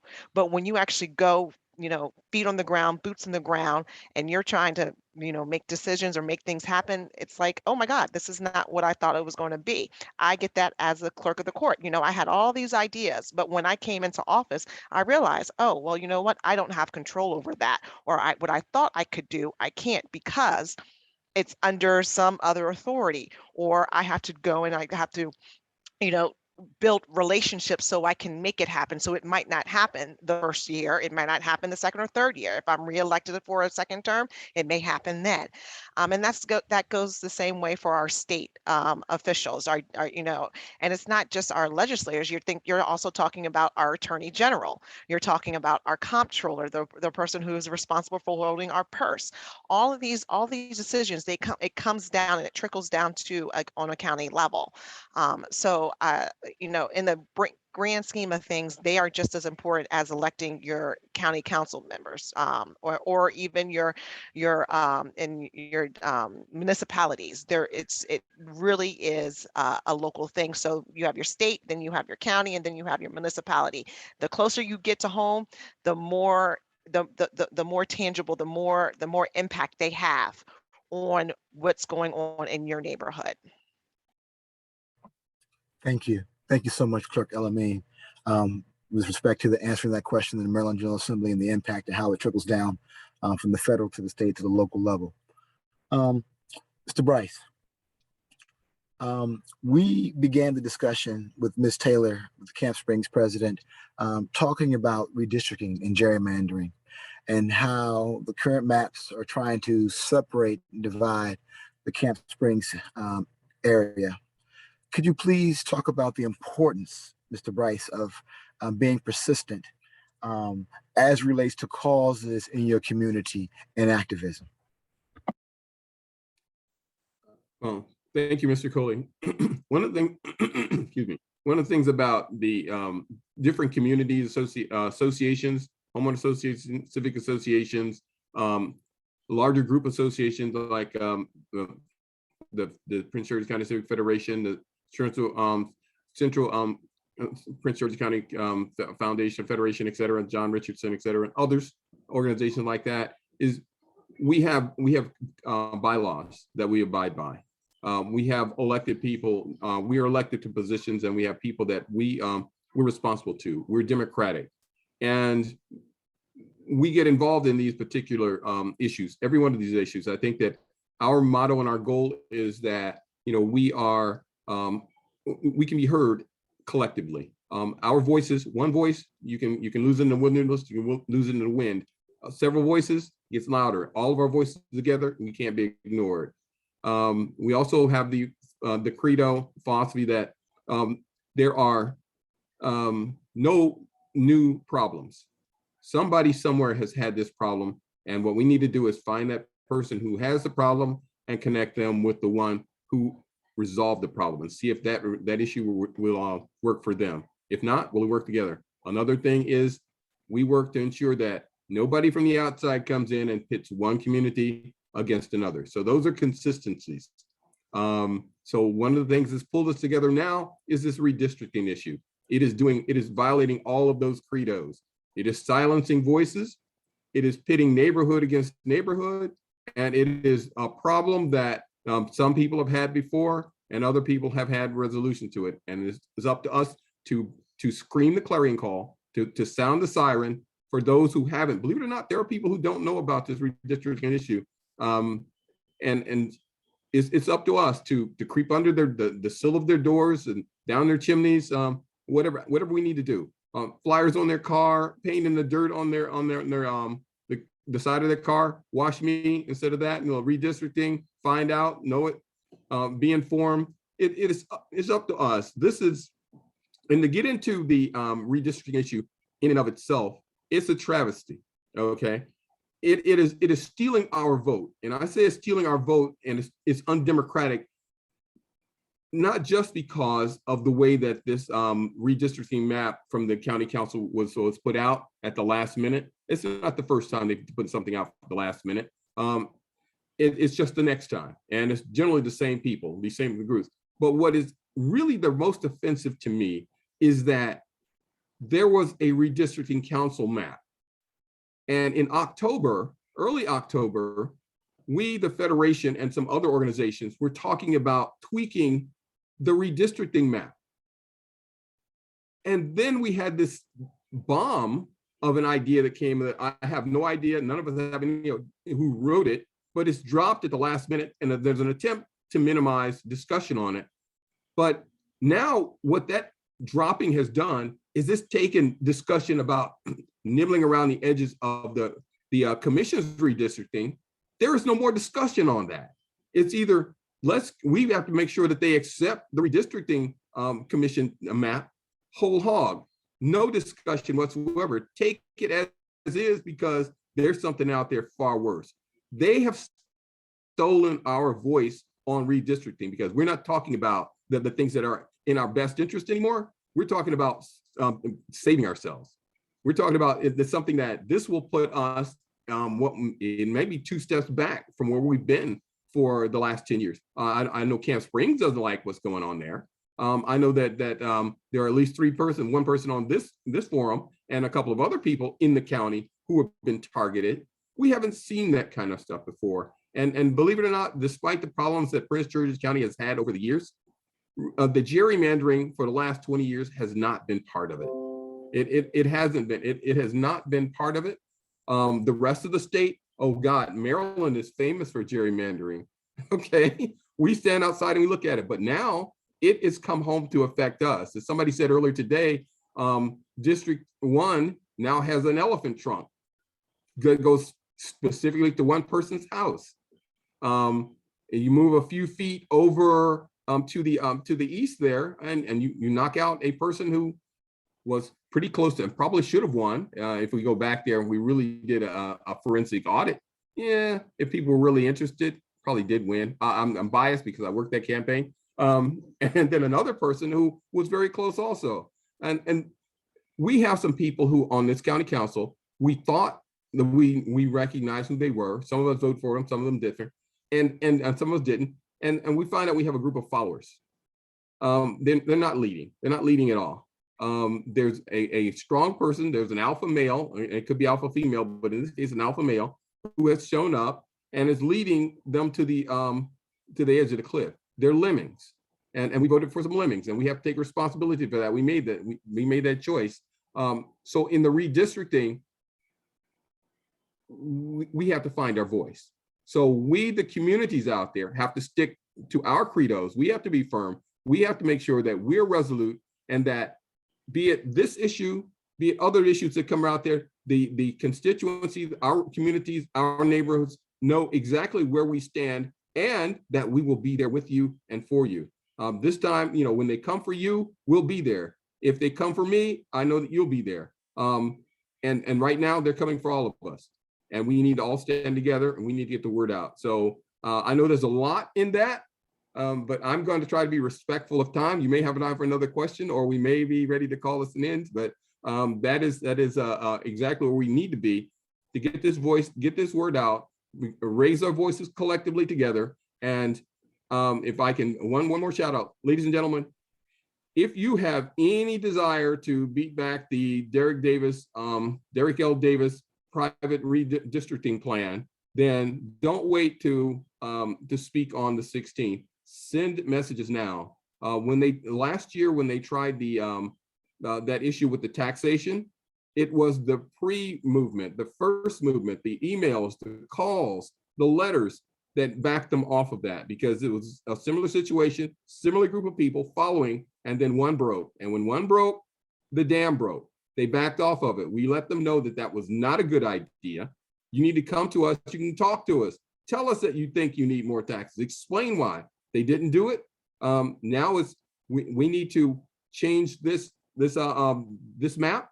From what we heard a presentation last night from the D9 Coalition, the redistricting committees changes about 6.2 or about 6.9%, basically 7%. The Derek L. Davis private redistricting map changes about 8.9%, about 9%. So it's closer to the failed safe line where we thrown out constitutionally. And so it seems like certain people on that council love flirting with disaster, love towing the line. And we might say they haven't crossed the line, but dang if they don't have chalk all over their feet. So I will leave that there. And before I start raising everybody else's blood pressure.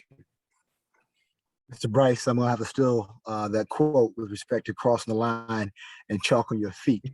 I like that. I like that. That's pretty phenomenal. We are close to our time. However, Ms. Taylor, if I may take a point of personal privilege and allow our three esteemed panelists 2 minutes of closing remarks. Is that okay, Ms. Taylor? Yes. All right. I just wish we could go on and on, because this is just, I'm telling you, everyone, take heed, listen. If you want change, you're gonna have to do the work. Please listen. But okay, I'm gonna let you go ahead. Ms. Davis Brown, the floor is yours to begin closing remarks. Sure. So once again, I just would like to thank the Camp Springs Civic Association under the leadership of Ms. Taylor, Mr. Harris, former president, Mr. Bailey, and all of you here, my good friend as well. And just thank you for the opportunity to come. I think it's so important to hear from people who are elected officials, as our clerk is, someone who's been in the trenches for a long time, as Mr. Bryce. I've locked arms with him on many issues as well. And then just for myself as a community activist and been active. I think the words of wisdom that you've heard from all three of us, as your president just said, to take heed, continue to be a strong voice that you are in Camp Springs. You really are in Camp Springs. And just a point on redistricting, I served on the 2011 Redistricting Commission. I was one of three commissioners in that time. And we heard the voice of Camp Spring that said we wanted to be in one council district. We wanted to be in one state legislative district. We wanted to be in one congressional district. And serving on the Prince George's County Redistricting Commission in 2011, we listened and we put you guys in that one district. And it's unfortunate, the circumstances that have occurred with our current county council and those 6 members who decided that it was in the best interest to introduce a much different map. Actually, Mr. Bryce, the map that the current redistricting commission introduced is within the constitutional, or what the Supreme Court has said, about 4%. It's not even 7 or 8. It's within a 4% differential between the current map and what they are proposing, whereas Mr. Davis's map is double that. But the point I would like to make and close on this is that I think the important thing is that you've heard that you've got to hold your elected officials accountable. You have to know who they are, and then you have to hold them accountable. And holding them accountable is attending meetings. It is work. It's work. You know, we all have full-time jobs. Some of us have children, grandchildren, whomever that we're looking after. You may be like myself in that sandwich generation where you're caring for an older parent, and it takes some work. And so, you know, you may not be able to go out that Saturday evening. You may need to sit instead of going out to the bar, and you may not be able to watch that football game, but you're on your computer and you are drafting that email, you're drafting that letter, you're making that call, you're doing the research to find out who the candidates are. You're watching C-SPAN. You know, the only way that we really get to know what Congress is doing, I watch C-SPAN. You know, and it sometimes it can get a little boring, but sometimes you need to know what they're doing. And I remember once I was watching C-SPAN and I caught Congressman Anthony Brown doing something, and I happened to have his personal cell number, and I texted him and I was like, and he said, "Are you watching?" I was like, "Yeah, how else are we going to be hold you guys accountable?"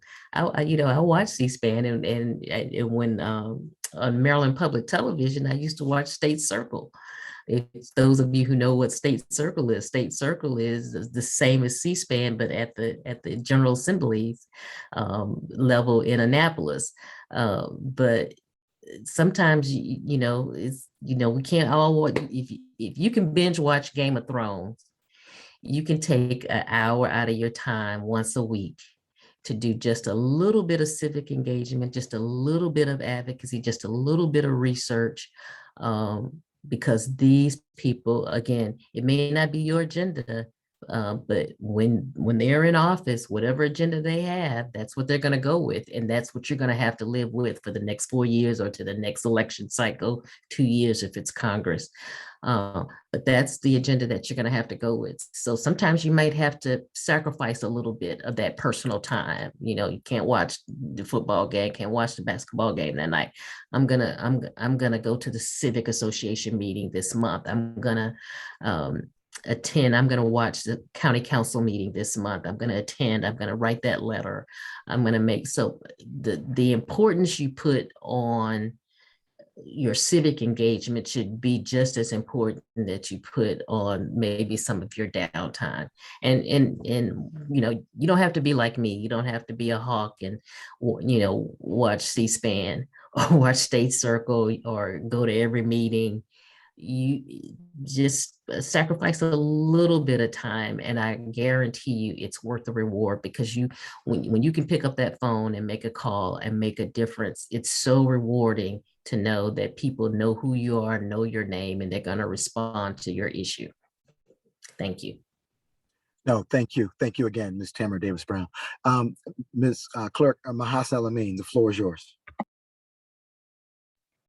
Thank you very much. I would too like to thank the Can't Spring Civic Association for inviting me and allowing me the opportunity to speak based off of my knowledge and my experience to the members of the association.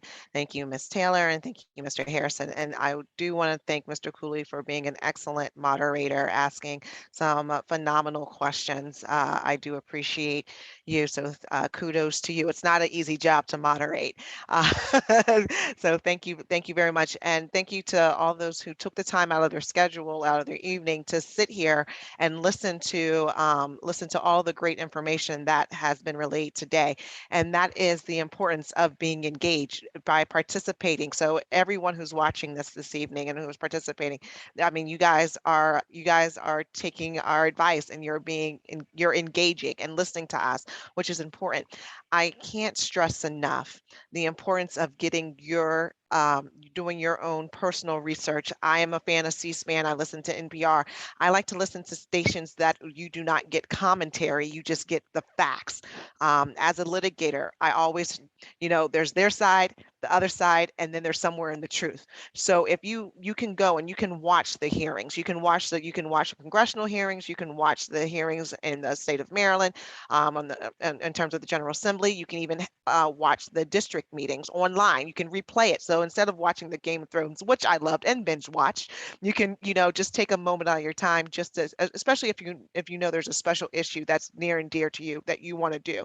So get that information. We can tell you all day long what we think is right in our recollection of the story, but it doesn't.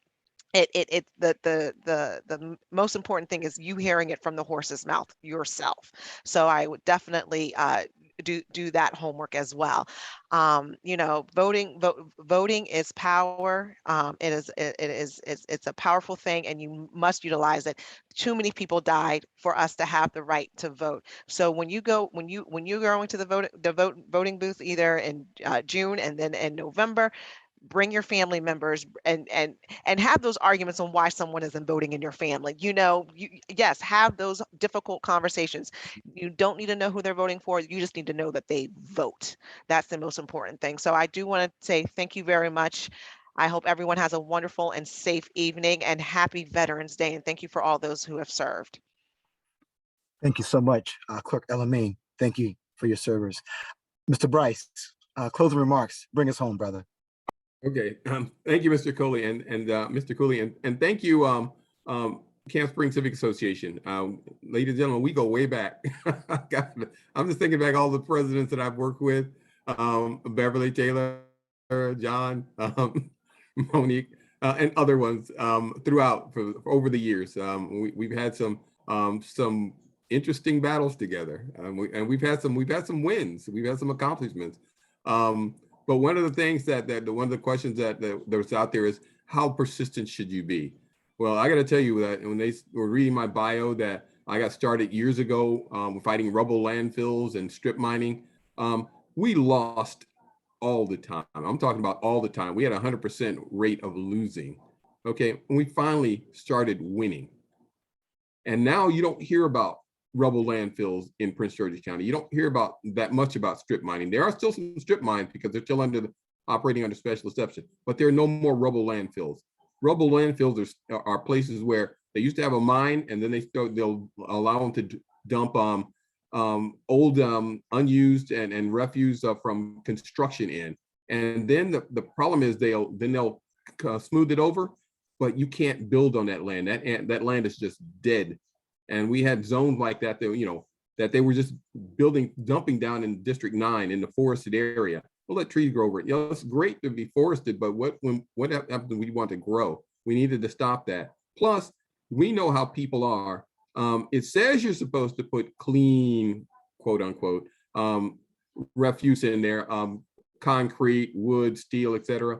But we know that people dump stuff in their paint, solvents, etc. And it leaks out. And in this part of the country, many people have well water.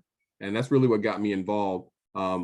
Those landfills and well water, and poisoning people. I'm not on the well water, but people across the street, across 301 from me are. And I thought that was, how could people do that? And I got involved. So you're here, so you're involved. And I ask you that you remain involved. And when you go to the ballot box, one of the things that we didn't talk about tonight, well, Ms. Davis-Brown did talk about slates. God, I wanted to get slates. We've talked about slates forever and ever and ever. Slates are the bane of our existence. They're legal, but slates are what keep people who are unqualified in office. It allows them to hide people. So you mix some good people with some bad, and you get some tactics that go on. So when somebody hands you a slate of electors or a slate of candidates, look down those and how many do you know? And really look into the ones that you don't know. But hey, look at the ones you do know. How long have they been in office? What have they delivered for your area, or for your county, or for your state? What are they actually doing other than running on their name now? Are they beholden to other organizations, or are they really representing somebody else and they're not representing you? You should be able to determine what they've done for you, how they've delivered for you. That doesn't mean like bringing home money or anything, but are your streets getting filled? Are your lights are the streets lit? Are your sidewalks repaired? Are people parking on their yards? Is there illegal dumping going on? And all of those other things, are those things being addressed and resolved? If these people can't do it, they should have told you why. Are there budgetary concerns and constraints? But they should tell you what they're doing. If you haven't heard from them, then maybe they aren't serving you. Maybe if they're on that slate, they're on that slate to hide them. But if you're a leader, you can lead from the middle, you can lead from the bottom. You can make yourself known. Hey, I'm here to do these things. And that's what we're really looking for. So that's my thing on slates. That is what I want to wrap up with. Ladies and gentlemen, vote, vote, vote. And I can't say it enough. And if I'm really not clear, vote. And I thank you so much for your time, and stay tuned in, stay involved. Thank you. Thank you so much, Mr. Bryce. Ms. Taylor, President of Camp Springs Civic Association, Mr. Harrison, Ms. Beverly Taylor, past President John Bailey. Thank you all for allowing me to moderate tonight with this esteemed panel. These are my friends. I appreciate this opportunity tonight. to be here in their company, in their midst. The floor is back to you, Ms. Taylor. And again, thank you so much for the opportunity. First, I want to give you all a round of applause. I want to thank you for being our moderator powerhouse. Thank you so much. I want to thank Mr. Bryce, Ms. Davis Brown, and Ms. Elamine. You all brought it home. Everyone take heed to the information that has been presented to you. My takeaways: vote smart, do your research, get engaged, know your elected officials, hold them accountable, and you have to make a sacrifice. Again, I mean, it was just so much information, and everyone, we want to apologize for going over, but this was worth going over for. Thank you so much. And you know, we're into the election season. We want Camp Springs to be smart when they go to the election poll. Okay, so we're gonna bring some more information, more forums like this, because we have to be smart when we go to the polls. We just don't want to select anyone, because one of my pet issue is we vote for people because of name recognition. Oh, I know that name, because you didn't do your research. As they say, research. I know we're running out of time, but first we got to give Ms. Belinda Queen, who's District 6 School Board Representative. So Ms. Belinda Queen. Thank you so very much, Madam President, and to all the presidents emeritus. I just want to say thank you for the opportunity to say something.